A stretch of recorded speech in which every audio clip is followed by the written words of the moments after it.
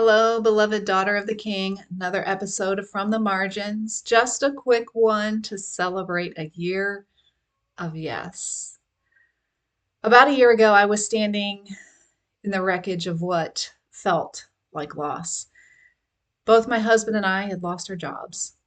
I was finishing my master's in counseling and doing my best to hold it all together, praying for direction, but hearing nothing clear, just a whisper in the distance that didn't quite make sense yet.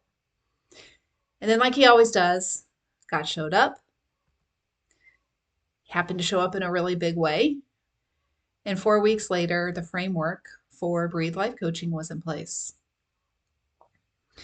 What started as scribbled notes in the margins of my Bible became a brand, a business, and most importantly, a ministry.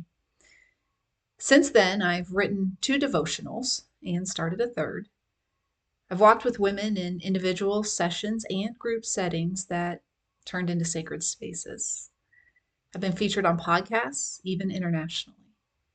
I've created kingdom centered relationships across countries. I've been invited to speak at a virtual women's conference this October, and I've said yes to vendor opportunities at local women's events. And finally, I'm releasing branded merchandise that speaks life and truth. All of that in under a year. And still, the biggest miracle isn't what I've done, it's who He's helped me become, what He's done. I'm not going to lie to you. I never lie to you. This hasn't been easy. There are days I stare at my bank account and wonder if I misheard Him. Mornings I wake up with a pit in my stomach because I don't know what the next yes will cost. Nights I lie in bed doing math, fear math, trying to figure out how to make purpose and provision meet. There are moments I want to quit. Moments when someone unsubscribes and I feel it a little deeper than I should. When a post I prayed over lands in absolute silence. When I wonder if anything I'm doing is really making a difference. And then there's the stuff no one sees. The spiritual warfare that hits hardest on the days I'm supposed to speak.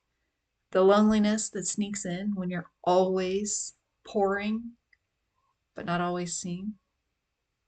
The tears in the car, the doubt in the dark, the silent whisper, are you sure you meant me? But somehow, every time I reach the edge of myself, He shows up again with a whisper, with peace, with just enough light for the next step.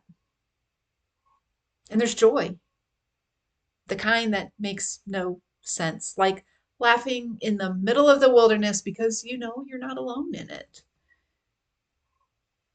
The kind of peace He gives is not the kind the world gives. It's the kind that meets you in the middle of the panic, holds your face in its hands and says, you're still mine. There are quiet mornings when His word feels like a letter with my name on it. Moments when I get off a coaching call and am overwhelmed because I got to watch a daughter of the King remember who she is.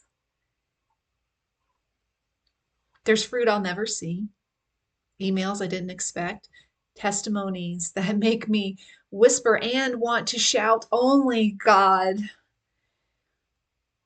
There's worship with no performance.